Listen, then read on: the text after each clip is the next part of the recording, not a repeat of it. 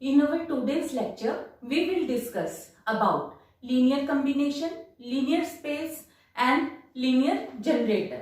अब यहाँ पे जो ये अपने पास है सबसे पहले लीनियर कॉम्बिनेशन। अब ये क्या है डेफिनेशन के अकॉर्डिंग कि let V be a vector space over a field F if, देखो ये हमें पता है कि जो वेक्टर स्पेस है उसके लिए हम कैपिटल लेटर यूज करेंगे और जो ये स्मॉल v आ गए ये वेक्टर स्पेस के एलिमेंट्स, ठीक है। तो v1 v2 vn belongs to v, then any element v can be written as v is equal to alpha 1 v1 plus alpha 2 v2 plus so on alpha n vn। तो ये क्या हो गया, इसको हम शॉर्ट में लिख सकते हैं equal to summation alpha i vi where i running from 1 to n, where alpha i हमें पता है कि फील्ड के एलिमेंट होते हैं और i कहां से कहां तक वेरी कर रहा है from 1 to n, and this will call the linear combination of vectors v1 v2 vn over field f। अब देखो फील्ड तुम्हें पता है, वेक्टर स्पेस तुम्हें पता है कि अगर वेक्टर स्पेस है तो वो क्लोज्ड अंडर ये अपने पास vector addition and scalar multiplication होता है। अगर v1 और v2 दो एलिमेंट्स होंगे किसी भी वेक्टर में तो ये दो एलिमेंट फिर ये भी एलिमेंट क्योंकि वेक्टर का हो गया तो उसके साथ अगला फिर उससे अगला। अब यहाँ पे और इसके अलावा ये कॉम्बिनेशन भी कोई एक अकेला एलिमेंट नहीं। अब इस तरीके के इनफाइनाइट मैनी एलिमेंट्स हम जनरेट कर सकते हैं क्योंकि मेरी मर्जी है कि मैं अल्फा 1 अल्फा 2 अल्फा n कौन सी वैल्यू ले लूं। ये सारे एलिमेंट्स कहाँ के, फील्ड के, और फील्ड के अंदर भी कितने एलिमेंट है, इनफाइनाइट मैनी। तो इस तरीके के लीनियर कॉम्बिनेशंस वाले एलिमेंट हम बहुत सारे डिफाइन कर सकते हैं। तो लीनियर कॉम्बिनेशन हम इस तरीके से डिफाइन करेंगे, यानी कि V can be written as alpha 1 alpha v1 plus alpha 2 v2 plus so on alpha n vn। अब इससे नेक्स्ट हमारे पास है लीनियर कॉम्बिनेशन के बाद लीनियर स्पैन। अब लीनियर स्पैन में हमारे पास डिफरेंस क्या है कि if S is a non empty subset of a vector space, ये फिर इसको वेक्टर स्पेस को हम लिखते कैसे, V over field F, then set of all linear combinations of any finite number of elements of S is called linear span of S denoted as, इसको हम represent करेंगे LS से। और इसके अंदर भी LS का यानी कि एलिमेंट क्या हो गया, बिल्कुल क्योंकि लीनियर कॉम्बिनेशन है, लीनियर कॉम्बिनेशन ऐसे होगा और नंबर भी कितने होने चाहिए, फाइनाइट। फाइनाइट की वजह से हमने i running from 1 to n ही डिफाइन किया और ये हमारे पास बिल्कुल देखो बिल्कुल उसी तरीके से लीनियर कॉम्बिनेशन लीनियर स्पैन तकरीबन वही चीज निकल आई। अब यहाँ पे क्या था कि V का ही ये एलिमेंट था जिसको, अब यहाँ पे क्या है, S एक सबसेट है वेक्टर स्पेस का, ठीक है। तो उसको हमने लीनियर स्पैन, माइनर सा डिफरेंस है जिसको हमें थोड़ा ध्यान से समझने की जरूरत होती है। अब सपोज एक सेट एम्प्टी है, तो अगर एम्प्टी सेट है तब भी उसका जो लीनियर स्पैन है वो क्या होगा, सेट 0, क्योंकि LS भी क्या है तो वो भी एक सेट है और उस सेट का एलिमेंट क्या आएगा, 0। अब इसके बाद हमारे पास क्या है, जनरेटर ऑफ वेक्टर स्पेस। अब जनरेटर ऑफ वेक्टर स्पेस में फिर से हमने क्या चीज ली है कि S is a non empty subset of vector space VF, then S is called a generator of the vector space VF if each element of V can be expressed as a linear combination of element of S। यानी कि जितने भी element S के अंदर हैं और V एक S का सबसेट है V वेक्टर स्पेस V का, तो S के अंदर जो एलिमेंट है S के वो V के एलिमेंट उन एलिमेंट्स के लीनियर कॉम्बिनेशन में एक्सप्रेस किए जाएंगे। तो इसका मतलब क्या हुआ कि 10 if S is a generator of vector space VF और V एलिमेंट है वेक्टर स्पेस का, तो v1 v2 vn किसके अंदर बिलोंग कर रहे हैं, क्योंकि सेट S है, such that V can be written as alpha 1 v1 plus alpha 2 v2 plus alpha n vn। देखो अगर तुम यहां से ये वाली डेफिनेशन देखो, ये यहाँ पे भी यही, यहाँ पे भी यही और यहाँ भी यही। अब इसमें क्या था कि V का ही एलिमेंट था, इधर एस सेट के अंदर के एलिमेंट्स थे और एस को हमने यहाँ पे लीनियर स्पैन बताया कि एस में एलिमेंट किसके एक्सप्रेस करे, L S can be represent as summation of alpha I V I belong करे सेट एस में, और ये सबसेट है इसका वेक्टर स्पेस का नॉन एम्प्टी सबसेट हमने कंसीडर करके चला। और अब इधर हमारे पास अब यहां से भी क्या हो गया कि अगर मैं वेक्टर स्पेस के एलिमेंट को एस के एलिमेंट्स के लीनियर कॉम्बिनेशन में एक्सप्रेस करूं, तो मैंने अब यहां क्या माना कि फॉर एग्जांपल वेक्टर स्पेस है मेरा, वेक्टर स्पेस को मैंने 2x2 का मतलब 2 कोऑर्डिनेट ज्योमेट्री वाला एलिमेंट से सपोज कर लिया ऑर्डर्ड पेयर टाइप, तो अल्फा बीटा, ठीक है, जिसके अंदर 2 एलिमेंट है, और जो ये अल्फा बीटा है ये किसी फील्ड के एलिमेंट है। तो यहाँ पे अपने पास वैल्यू हो गई कि एक हमने सेट एस लिया, एस के अंदर के 2 एलिमेंट है 1 0 और 0 1। जो 1 0 और 0 1 है ये हमेशा हमारे पास आइडेंटिटी एलिमेंट्स की शेप में लेते हैं। अगर 3 होते तो हम ले लेते 1 0 0 0 1 0 0 0 1 और उसको रिप्रेजेंट कर देते E1 E2 E3। इसी तरीके से अगर n की स्पेस होती, क्योंकि हम 2 डायमेंशन में ले रहे हैं, फिर 3 डायमेंशन, अगर n डायमेंशन होगा तो 1 0 0 0 अप टू n टाइम्स, फिर सेकंड पोजीशन पे 1, बाकी n जगह पे n-1 जगह पे 0 एंड सो ऑन। तो उनको हम नाम देते होते हैं E1 E2 E3। ये स्टैंडर्ड बेसिस एलिमेंट होंगे। स्टैंडर्ड बेसिस ये हम आगे और डिटेल में डिस्कस करते जाएंगे। तो अब अपने पास क्या है कि मान लो कोई V एलिमेंट है जो कि V2 मतलब जो हमारा वेक्टर स्पेस है उसका कोई एनी आर्बिट्ररी एलिमेंट है, तो हमने V को इसी तरीके से अल्फा बीटा कंसीडर कर लिया और फील्ड हमने मान लिया रियल नंबर है, क्योंकि फील्ड हमें 3 ही पता है कि रैशनल नंबर, रियल नंबर और कॉम्प्लेक्स नंबर, 3 ही जो नंबर सिस्टम है फील्ड बनाते हैं। तो फील्ड वाले एलिमेंट इन्हीं में से किसी में से आएंगे। तो ये वाली वैल्यू हमारे पास वैल्यू हो गई, हमने अल्फा बीटा रियल नंबर में से कंसीडर कर लिए।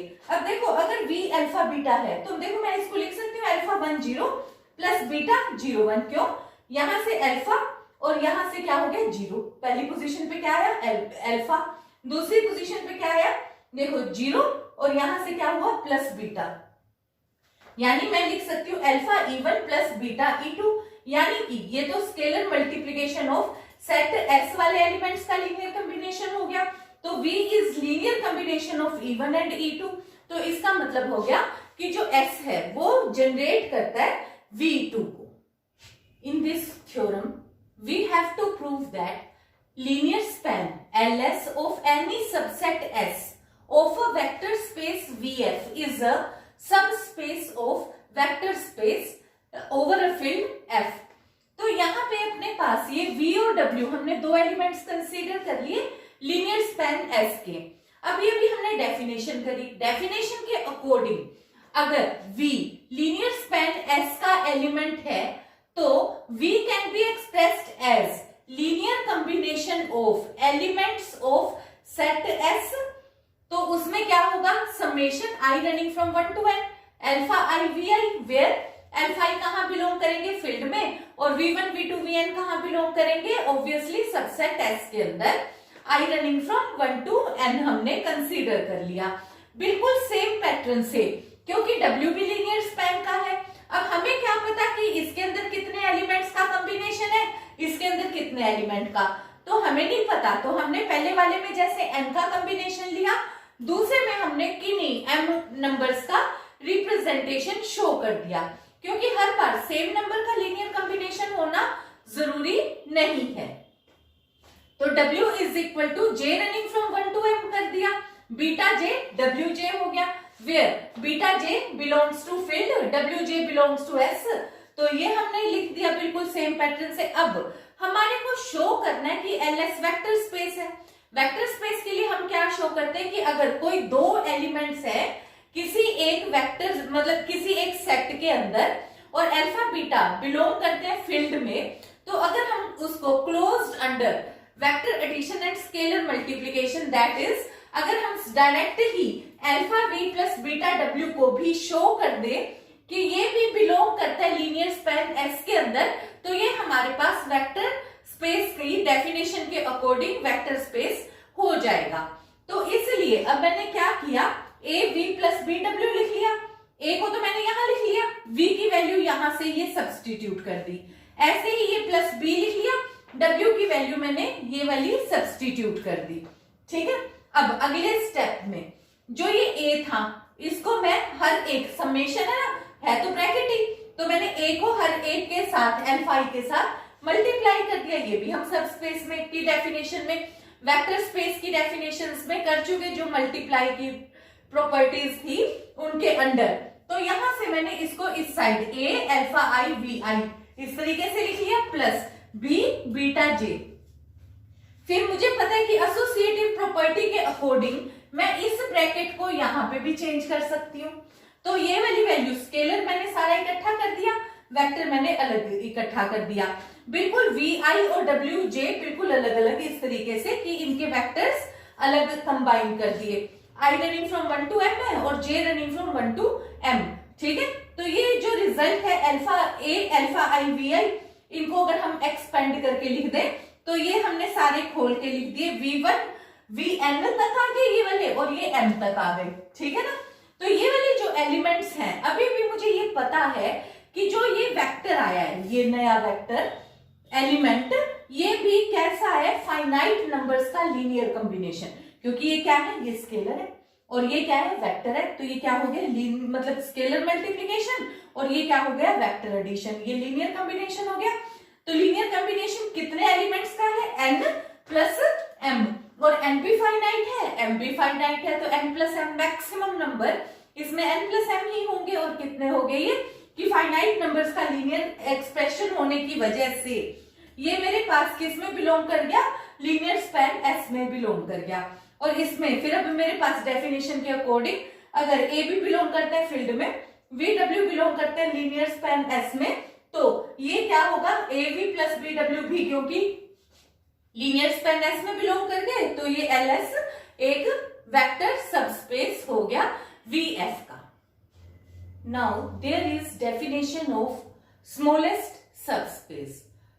Let V be a vector space over a field F and S is contained in V, then a subspace W of vector space VF is called smallest subspace of V containing S if and only if। First condition क्या है कि S W के अंदर contain करता होना चाहिए। S क्या है, नॉन एम्प्टी सबसेट। तो ये जो S है, पहली कंडीशन है कि ये W के अंदर कंटेन करता होना चाहिए। और फिर सेकंड है कि अगर कोई W1 सब स्पेस एक और है वेक्टर स्पेस VF का, सच दैट कि S उसके अंदर भी कंटेन करता है, क्योंकि W स्मॉलेस्ट है तो W should be contained in W1। तो यहाँ पे हमारे पास है कि ये स्मॉलेस्ट सबस्पेस के लिए कंडीशन क्या हो गई कि एक तो हमारे को एक S सेट चाहिए जिसके अंदर जो कि कंटेन करता हो V के अंदर, और अगर S W के अंदर भी कंटेन करता हुआ होना चाहिए, क्योंकि जो S है जनरेटर का जो सेट है वो हर एक W भी के भी जो एलिमेंट्स है वो भी जनरेटर S से ही एक्सप्रेस होंगे, और जो W1 है वो भी जनरेटर S से ही रिप्रेजेंट होंगे। और जो अगर कोई W1 और सबस्पेस है, क्योंकि हम क्या बात कर रहे हैं, स्मॉलेस्ट की, हम कह रहे हैं W स्मॉलेस्ट है, एक अगर W1 भी कोई और सबस्पेस है तो यानी कि W जो है उस सबस्पेस के अंदर भी कंटेन करेगा। तो ये हमारे पास, और जो स्मॉलेस्ट सबस्पेस है ये यूनिक होता है, मतलब स्मॉलेस्ट सबस्पेस दो नहीं हो सकते, और इसको हम डिनोट करेंगे बाय जनरेटर ऑफ S से। ठीक है, चाहे इस तरीके से लिख दें चाहे इस तरीके से लिख दें। अब ये हमारे पास अगेन है result to show that LS of S is the, यानी कि linear span of set S of S is the smallest subspace where S is a subset of vector space V over field F। तो अब यहाँ पे जो हमारे को result बताना है, तो उसके लिए हमने क्या ले लिया कि हमें LS को बताना है कि ये हमारे पास स्मॉलेस्ट सबस्पेस है। हमने मान लिया कि एक W है जो कि सबस्पेस है V का, सच दैट जो S है वो पूरी तरीके से W के अंदर कंटेन करता है। अगर S, तो फिर हमने कोई भी एलिमेंट V कंसीडर किया, क्योंकि LS हमें तो शो करना है, तो मैंने स्टार्ट यहां से किया कि एक V एलिमेंट लिया जो कि लीनियर स्पैन S के अंदर बिलोंग करता है। क्योंकि V जो है लीनियर स्पैन S के अंदर बिलोंग करता है, तो इसका मतलब क्या हुआ कि V1, V2, Vn जो भी एलिमेंट है S के अंदर, उनका लीनियर कॉम्बिनेशन है ये V एलिमेंट। जो लीनियर स्पैन का एलिमेंट है V, वो क्या है, is linear combination of elements of set S। तो इस वजह से मैंने अब यहाँ पे क्या लिया, I running from 1 to M, alpha I VI, I running from 1 to M हो गया। अल्फा I कहाँ बिलोंग कर रहे हैं, फील्ड में, और VI कहाँ बिलोंग कर रहे हैं, बिलोंग्स टू सबसेट S। अब फिर मेरे पास, क्योंकि जो ये सेट S है, मैंने क्या कंसीडर किया कि ये W के अंदर कंटेन करता है, तो जो भी एलिमेंट V1, V2, Vm है, तो जो ये सेट S के अंदर के एलिमेंट थे वो सारे के सारे, क्योंकि ये एलिमेंट किसके अंदर थे, सेट के, और सेट किसके अंदर कंटेन करता है, W के, तो ये सारे एलिमेंट्स किसके अंदर भी हो गए, W के अंदर भी हो गए। अब क्योंकि ये W के अंदर है, और W क्या चीज है, सबस्पेस है वेक्टर स्पेस का, और सबस्पेस क्या होता है, closed under vector addition and scalar multiplication. तो इसके according alpha 1 V1 plus alpha 2 V2 plus so on alpha M Vm belong करेगा W के अंदर। पर ये जो एलिमेंट है, इसको मैं शॉर्ट में लिख सकती हूँ summation alpha I VI, I running from 1 to M belongs to W। पर ये वाला एलिमेंट तो मेरे पास V एलिमेंट के बराबर हो गया, यानी कि जो V एलिमेंट मैंने किस में कंसीडर किया था, LS में, वो V एलिमेंट W के अंदर भी बिलोंग कर गया। तो इसका मतलब तो ये हो गया कि हर एक V एलिमेंट जो LS के अंदर है, वो हर एक एलिमेंट W के अंदर होगा ही होगा। तो यहां से मेरे पास हो गया कि LS जो है लीनियर स्पैन S, वो पूरी तरीके से कंटेन करेगा सब स्पेस W के अंदर। तो इससे मेरे को क्या कंक्लूजन निकला डेफिनेशन के अकॉर्डिंग कि LS जो है वो मेरे पास स्मॉलेस्ट सब स्पेस है। और यहां से फिर LS को मैंने क्या कह दिया, तो LS is equal to generator of S। Again in this theorem, if S and T are any subsets of a vector space V over a field F, then prove that। तो अब हमारे को ये चार रिजल्ट्स प्रूव करने हैं। First कौन सा है कि अगर S कंटेन करता है लीनियर स्पैन T के अंदर, तो इसका मतलब क्या होगा कि linear span of S will be contain in linear span of T। और इसी तरीके से यहाँ तो S कंटेन करता था linear transfer, linear span T में, और यहाँ पे S कंटेन करता है T में, और result same LS is contained in LT, ये हमें शो करना होगा। फिर थर्ड है कि अगर S एक सबस्पेस दे रखा होगा VF का, तो हमें ये बताना होगा कि LS is equal to S के इक्वल है। और फिर अगेन फोर्थ रिजल्ट में LS is equal to LS। ठीक है, ये हमारे को रिजल्ट प्रूव करने हैं। फर्स्ट पे आ जाओ। फर्स्ट में हमारे को गिवन क्या है कि S जो है पूरी तरीके से LT के अंदर कंटेन करता है। अब हमने यहाँ कंसीडर क्या किया, देखो कि V कोई एलिमेंट हमने कंसीडर किया है, क्योंकि LS को शो करना है हमें LT के अंदर। तो मैंने क्या लिया कि V एलिमेंट ले लिया belongs to linear span S के अंदर। अगर ये V एलिमेंट LS के अंदर है, तो इसका मतलब क्या हुआ कि implies that there exist V1, V2, Vn elements हैं जो कि बिलोंग करते हैं सेट S के अंदर, और alpha 1, alpha 2, alpha n belong करते हैं फील्ड के अंदर, such that V is equal to, ये इनका लीनियर कॉम्बिनेशन है। तो V can be expressed as V is equal to summation I running from 1 to n alpha I VI। तो यहां से अब अपने पास अब कंक्लूजन क्या निकला कि जो ये V1, V2, Vn है, क्योंकि ये सेट S के एलिमेंट है, और S किसके अंदर कंटेन करता है, LT के अंदर कंटेन करता है। तो जो ये सारे के सारे VI है, वो किसके अंदर बिलोंग कर गए, LT के अंदर बिलोंग कर गए। I where I running from 1 to n। तो यहां से फिर इसका, क्योंकि ये लीनियर स्पैन T है, तो लीनियर स्पैन T का मतलब हमारे पास क्या होता है कि यानी कि ये लीनियर कॉम्बिनेशन है, यानी कि closed under vector addition and scalar multiplication है।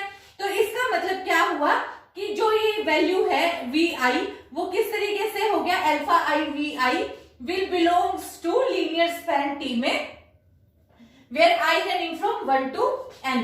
पर ये वाला एलिमेंट तो हमारे पास टोटल बन जाता है v, यानी कि v एलिमेंट किसके अंदर बिलोंग कर गया, LT में। पर ये एलिमेंट हम लेके कहां से चले थे, ये एलिमेंट मैंने लेके तो मैं LS में से चली थी और पहुंच गई किसके अंदर, LT के अंदर। तो यानी कि जो ये LS एलिमेंट है वो पूरी तरीके से LT के अंदर कंटेन करता है, यही हमें शो करना था। अब देखो सेकंड रिजल्ट में हमारे पास अब क्या आ जाता है। सेकंड रिजल्ट में मेरे को S कंटेन करता हुआ T में दिया हुआ है, तो ये मैंने फिर से लिखा कि V बिलोंग करता है LS में। मैं स्टार्ट कहां से किया, अगेन LS, क्योंकि यहाँ पे भी मुझे LS is contained in LT show करना है। तो मैंने यहाँ पे लिया कि V belongs to LS implies that there exists V1, V2, Vn belongs to set S, alpha belongs to field such that V is equal to summation of alpha I Vi।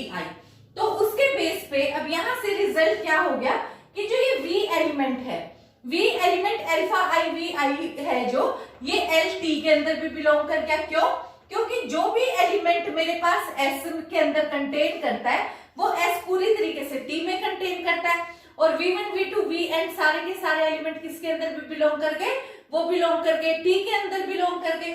तो इससे मेरे पास क्या हो गया कि जब ये सारे के सारे एलिमेंट T के अंदर बिलोंग कर गए तो ये रिजल्ट मेरे पास कितना आ गया कि जो भी एलिमेंट S में है, तो यानी कि जो लीनियर स्पैन ऑफ S होगा वो पूरी की पूरी तरीके से किसके अंदर कंटेन कर जाएगा, will contain in linear span of T के अंदर कंटेन करेगा ही करेगा, हेंस द रिजल्ट। अब देखो इसके बाद हम आ जाते हैं थर्ड रिजल्ट पे। थर्ड में हमारे को क्या कहा है कि S एक सबस्पेस है VF का if and only if LS is equal to S। तो फर्स्ट में हमने ले लिया कि S एक सबस्पेस है of vector space V over a field F, ठीक है। और टू प्रूव हमारे पास क्या है कि LS is equal to S है। तो क्योंकि मेरे पास अब यहाँ पे जो ये V एलिमेंट है, V एलिमेंट किसका एलिमेंट मैं कंसीडर करके चल रही हूँ, V belongs to S set element है, क्योंकि S एक सबस्पेस है of vector space VF and it is closed under vector addition scalar multiplication.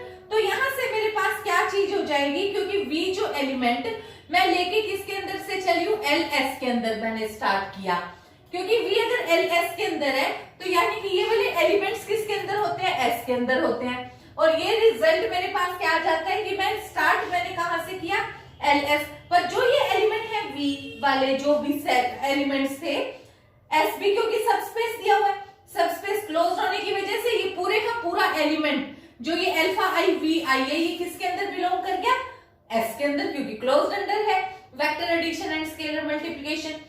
यानी स्टार्ट कहां से किया मैंने, LS से, कंटेन किसके अंदर करा दिया, S के अंदर। तो यहां से क्या रिजल्ट हो गया, LS will contain in S। तो ये एक अपने पास रिजल्ट आ गया। अब दोबारा से आ जाओ। अब देखो कोई भी अगर एक एलिमेंट है जो मैं सेट S के अंदर लेती हूँ, तो वो एलिमेंट सपोज V के कोई भी एनी आर्बिट्ररी एलिमेंट है, वो मैंने लिया कि V के है एक एलिमेंट जो कि सेट S के अंदर बिलोंग करता है। अब जो भी V के एलिमेंट है उसके साथ मिनिमम 1 तो मल्टीप्लाई होगा ही होगा, क्योंकि अगर कुछ भी मतलब सिंपल भी अगर हम लेते हैं तो 1 इंटू V के लिख सकते हैं, यानी कि 1 इंटू V के का मतलब क्या हुआ कि स्केलर मल्टीप्लिकेशन है। स्केलर मल्टीप्लिकेशन होने की वजह से जो भी सेट S का एलिमेंट है वो किसके अंदर तो बिलोंग कर ही गया, लीनियर स्पैन ऑफ S के अंदर ऑब्वियसली बिलोंग कर गया। तो S जो है वो पूरी तरीके से LS में बिलोंग करता ही करता है। तो यहां हमने प्रूव कर दिया LS कंटेन करता है S के अंदर, S कंटेन करता है LS के अंदर। तो यानी कि एक दूसरे से बड़ा, दूसरा दूसरे से बड़ा ये नहीं हो सकता, यानी दोनों बराबर हैं। तो यहां से हमारे को कंक्लूजन क्या मिला, LS will be equal to S, और ये हमारे पास रिजल्ट हो गया। अब इसमें इसका कन्वर्स पार्ट, कन्वर्स में हमने ले लिया कि LS is equal to S है सपोज, और अब हमें प्रूव करना है कि S एक सबस्पेस है। देखो हम अभी आज ही हमने ये थ्योरम करी है कि जो लीनियर स्पैन S होता है ये सबस्पेस होता है। तो यहाँ पे अपने पास LS is a subspace of vector space V over a field F, और हमें दिया हुआ क्या S is equal to LS। तो यानी कि S भी क्या हो गया, सबस्पेस हो गया of vector space, hence the result. अब लास्ट रिजल्ट पे आ जाओ। लास्ट में हमें क्या प्रूव करना है कि LS एक सबस्पेस है, तो अब हमारे को बताना है LS is equal to LS। अब यहाँ पे हमारे पास हमने यहाँ क्या किया था कि अगर S सबस्पेस है तो LS will be equal to S होगा। अब हमें पता है कि LS सबस्पेस है, तो यानी कि इसका लीनियर स्पैन भी क्या होगा, सबस्पेस होगा। और अगर LS is equal to LS है तो एक और L लगने से ये इक्वल हो जाएगा। तो अब थ्योरम के अकॉर्डिंग ये रिजल्ट होल्ड करता है, फोर्थ रिजल्ट, और ये हमारे पास कंप्लीट हो जाता है इसका फोर्थ रिजल्ट।